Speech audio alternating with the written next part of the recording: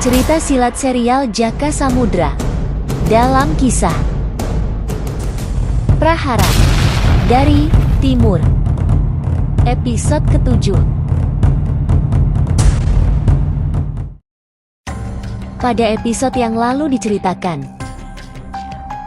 Dharma dan Sentani turun gunung mengemban tugas mengamati sebuah tempat di wilayah Mataram, sekitar Gunung Merapi. Kemudian, Jaka Samudra mengetahui ada dua orang sakti sedang mengamati dirinya dari kejauhan, tapi dia tidak khawatir sebab firasatnya mengatakan kedua orang itu berniat baik, hanya ingin tahu saja. Jangan lupa subscribe dan aktifkan lonceng agar update cerita terbaru selalu bisa kalian terima.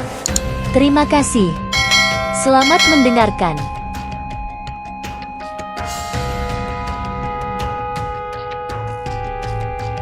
Siapa dua orang misterius itu yang seakan-akan sedang menyelidiki Jaka Samudra? Orang tua itu adalah seorang kiai dari Gunung Pring bernama Kiai Bintoro. Dan pemuda bersorban itu adalah Pangeran Wuriah putra Gusti Permaisuri Tulungayu dari Keraton Ponorogo. Disebutkan dalam cerita-cerita yang tertulis sampai sekarang, bahwa Pangeran Wuriah adalah seorang yang memiliki kebutuhan khusus atau semacam tunagrahita. Namun pada kenyataannya Pangeran Wuriah nampak normal saja, tak nampak kekurangan sedikit pun. Cerita yang tersiar memang menyebutkan, Pangeran Rangsang naik tahta menggantikan Pangeran Wuriah setelah sehari dinobatkan. Untuk meredam pertanyaan-pertanyaan yang muncul di masyarakat, dimunculkanlah alasan kekurangan di diri Pangeran Wuriah tersebut. Alasan itu ditulis turun-temurun dalam rontal-rontal pujangga dan disimpan di perpustakaan keraton, yang kemudian dijadikan sejarah bagi masyarakat Jawa.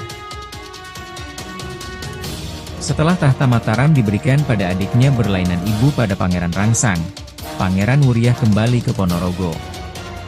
Beberapa hari kemudian, Pangeran Wuriah pergi ke Gunung Pring, dan di sebuah desa bernama Santren beliau diterima baik oleh seorang kiai bernama Kiai Bintoro. Sejak itulah Pangeran Wuriah ngangsu atau menimba ilmu di sana. Kelak kemudian hari, beliaulah yang akan dikenal sebagai Mbah Santri dari Desa Santren, Gunung Pring. Lalu dalam rangka apa Kiai Bintoro menyambangi Gunung Wilis bersama Pangeran Wuriah? Kiai Bintoro dan Pangeran Wuriah bermaksud menyelidiki kebenaran bergeraknya orang-orang persilatan dengan dalih utusan Gusti Permaisuri Tulungayu Ibunda Pangeran Wuriah. Tersiar kabar pula, bahwa banyak sekali kelompok-kelompok dari wilayah timur akan bergerak ke barat menuju Mataram. Kelompok itu bermaksud menyerang Mataram karena hasutan-hasutan pihak tertentu.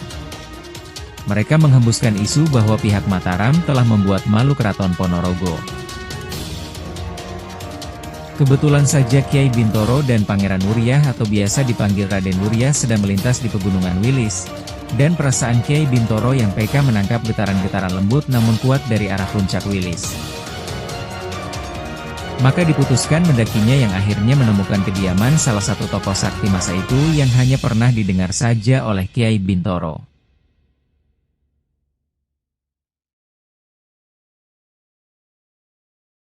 Mari kita mengikuti kembali perjalanan Dharma dan Sentani ke arah barat.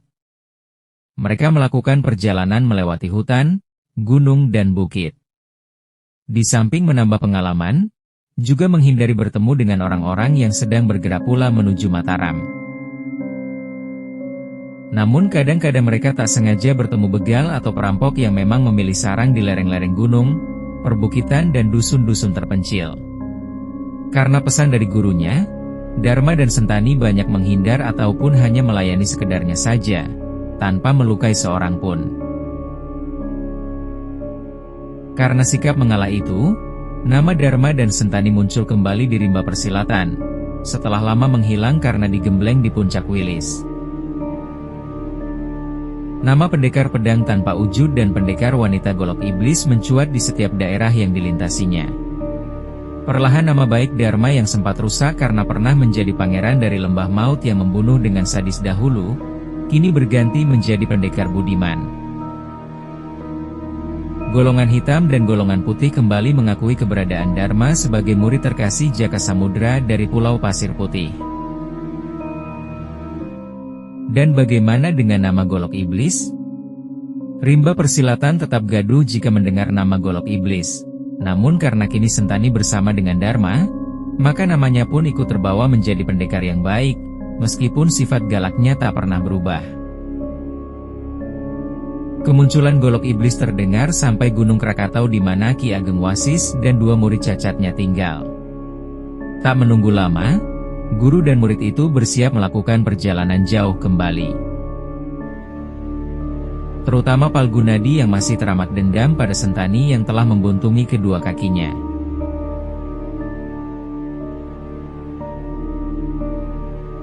Hei Palgundul, kau masih dendam pada Golok Iblis tak? Dendamku setinggi langit sedalam lautan buntung. Perempuan setan itu yang membuat aku jadi macam tikus got begini. Tak ada lagi wanita yang melirik padaku, jahanam itu perempuan semprot. Ayo kita diburu waktu sebelum bergabung dengan kelompok dari Tuban, akan kita bereskan Golok Iblis terlebih dahulu. Demikianlah, kembali momok dari Gunung Krakatau itu turun gunung mencari keberadaan Golok Iblis. Beberapa waktu lalu ada beberapa utusan dari Ponorogo yang mengatasnamakan Ratu Tulungayu menemuinya. Mereka meminta agar Ki Ageng dan muridnya mau bergabung dengan Adipati Tuban menyerang Mataram. Maka dengan sedikit agak tergesa-gesa, Ki Ageng meminta kedua muridnya cepat-cepat meninggalkan Gunung Krakatau. Sementara itu, di tugu perbatasan wilayah timur dan barat, di bawah kaki Gunung Lawu, Dharma dan Sentani saat hendak melewati sebuah pategalan sawah, ada sekelompok orang menghadangnya. Seorang laki-laki yang bertampang galak, dengan pedang tergantung di pinggang bertanya dengan suara keras. Hei, kalian. Apakah kalian akan menuju Mataram? Tidak, Kisanak. Kami hanya pengembara yang sedang menuju barat. Ada apakah di Mataram? Hindari Mataram, jangan melintas ke sana. Beberapa hari lagi mungkin akan ada peristiwa Karang Abang di sana. Ya sudah, lanjutkan perjalanan kalian. Berhentilah jika hari mulai gelap.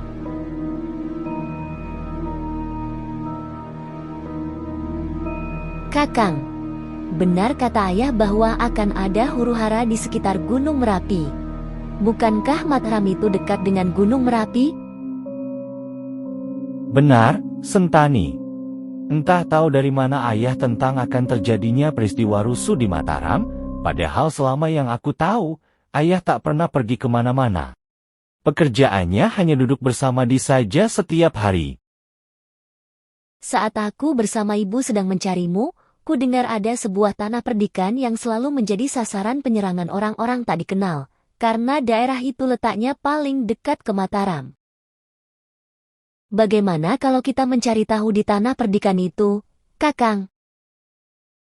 Ayolah, mari kita gunakan lari cepat. Nanti di desa yang kita temui di depan, kita membeli kuda saja. Tanpa sepengetahuan Dharma, sebenarnya Sentani ingin bertemu sosok Rangga pasukan Mataram yang tempo hari sempat dia lihat. Menurut cerita yang didengarnya, dia tinggal di tanah perdikan yang akan mereka datangi.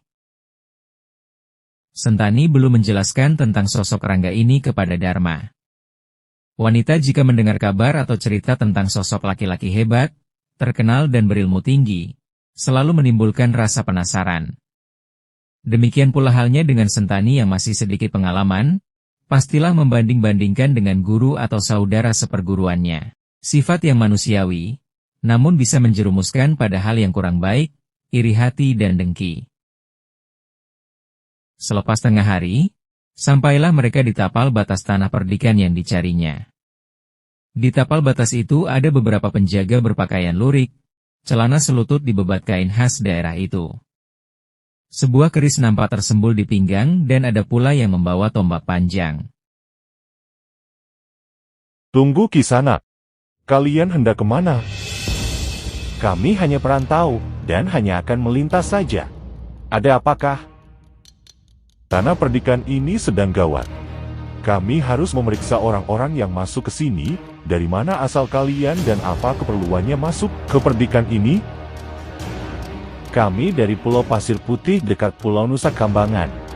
Tidak ada keperluan apa-apa, hanya jalan ke arah barat harus melewati perbatasan ini, Bapak Pengawal. Ya, aku tahu Pulau Nusa Kambangan, hanya bukankah pulau itu ada di utara? Kenapa kau datang dari arah timur? Yang jelas sampeyan, jangan berbelit-belit. Saya memang berasal dari Nusa Kambangan, tapi kemarin kami menginap di Dusun Lebak, kira-kira setengah hari naik kuda dari sini. Bukankah Dusun Lebak ada di timur perbatasan ini, Bapak Pengawal? Ya, aku juga berasal dari Dusun Lebak di sana. Baiklah, lanjutkan perjalananmu. Maruta, kita diminta merapat ke pos oleh Ki Sawung, ada yang akan dibicarakan perihal ada pergerakan orang-orang Ponorogo di sekitar Prambanan. Agak berdebar-debar dada Dharma. Seandainya tadi dia menyebut dari Gunung Wilis, tentu ceritanya akan lain. Mungkin akan banyak pertanyaan pada mereka berdua. Beruntung pengawal itu mendadak dipanggil oleh atasannya, sehingga tidak bertanya-tanya lagi yang membuat Dharma khawatir akan terjadi keributan dengan pengawal pasukan Mataram yang sedang berjaga itu. Lain halnya dengan Sentani yang seakan tak peduli andai terjadi keributan sekalipun, tangannya sudah gemetar ingin menampar mulut pengawal tadi. Dharma dan Sentani berjalan pelan saja, sambil sesekali mengangguk pada warga perdikan yang kebetulan berpapasan. Ketika melewati sebuah pategalan, di seberang pategalan mata Dharma melihat ada sesuatu yang bergerak-gerak di balik rimbunnya semak belukar. Dharma memberi isyarat pada Sentani supaya memutari pategalan, dan berjalan dengan sedikit merunduk, menyusup ke hutan kecil di seberang pategalan itu. Ada sebuah batu besar dan pohon-pohon berderet yang sedikit rapat. Dharma berjongkok di balik batu, disusul Sentani juga berjongkok di sampingnya.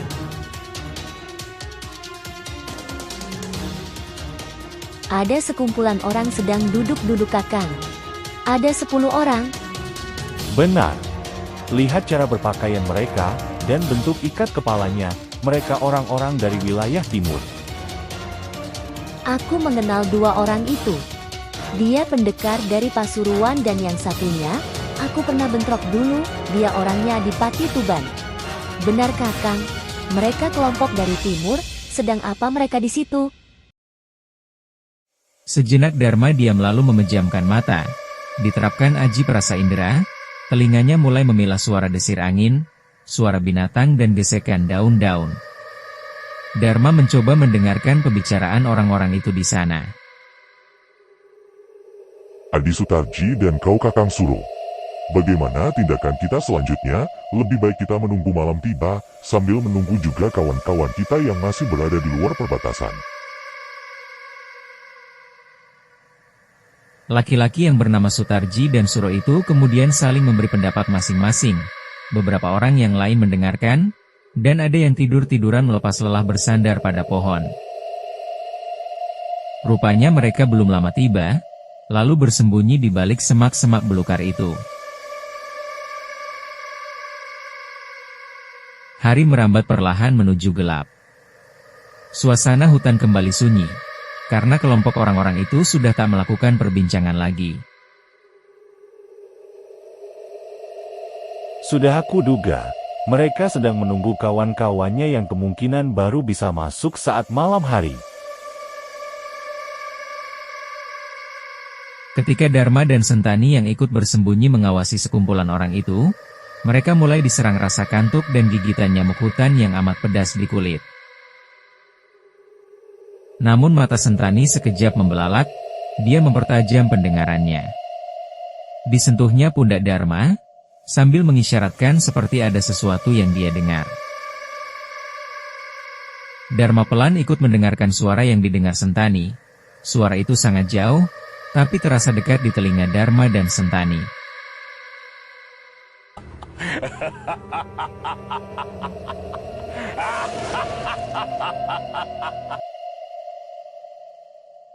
Itu adalah Haji Gelap Ngampar, sebuah hajian menyerang lewat suara Sentani. Yang tidak kuat tenaga dalamnya, gendang telinganya bisa pecah dan jantungnya berhenti berdetak. Di kejauhan, Dharma mendengar suara orang tertawa dengan menggunakan aji gelap ngampar, dan terdengar lamat-lamat denting senjata beradu. Teriakan-teriakan memecah kesunyian malam di sebuah pategalan yang tak begitu gelap karena diterangi sinar bulan.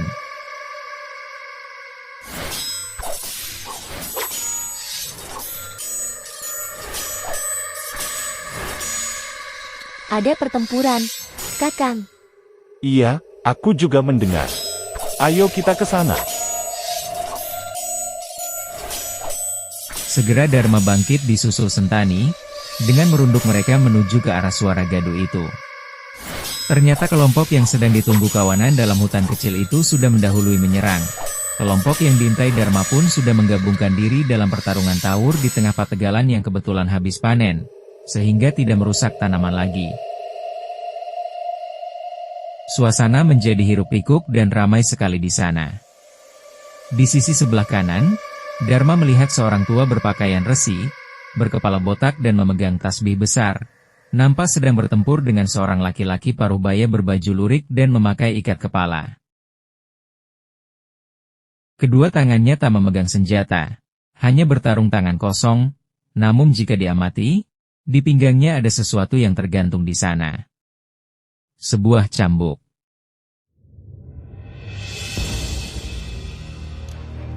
Kirangga, hari ini aku akan membalas hutan nyawa adik seperguruanku yang mati di tanganmu saat perang campu di Ponorogo. Keluarkan semua kepandaianmu. Laki-laki berbaju lurik itu hanya tersenyum tak melayani kata-kata lawannya. Kedua kaki kokohnya bersiap. Kuda-kudanya mantap bagai batu cadas tertanam ke dalam tanah. Tasbih besar di tangan si resi berputar bagai baling-baling, cepat dan bertenaga. Suara menderu-deru dan angin bersiutan jika tasbih itu dihentakkan. Laki-laki berbaju lurik yang disebut Kirangga itu bergerak gesit. Langkah kakinya mantap mencari celah untuk mendekat, karena serangan tasbih sangat berbahaya jika jaraknya jauh. Tenaga dalam ayunan tasbih selalu mengancam tubuh Rangga itu.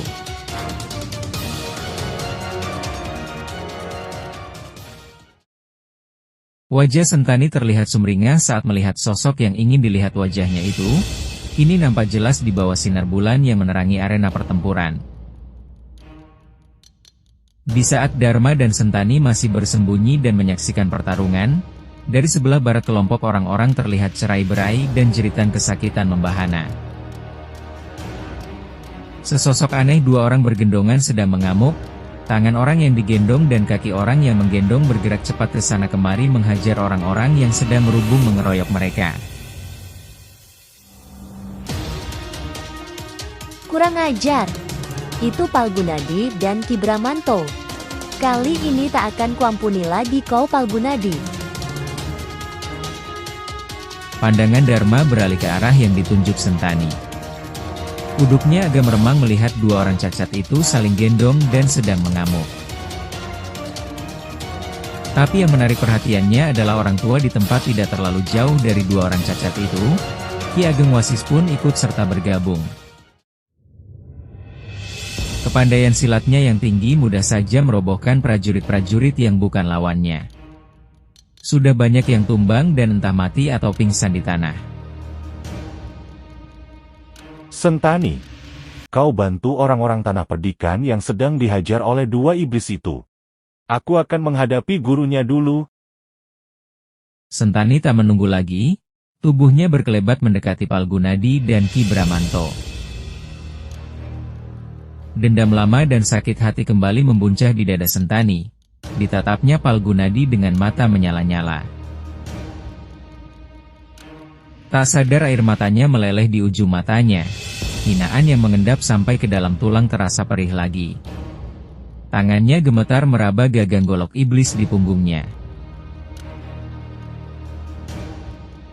Hei golok iblis. Hahaha.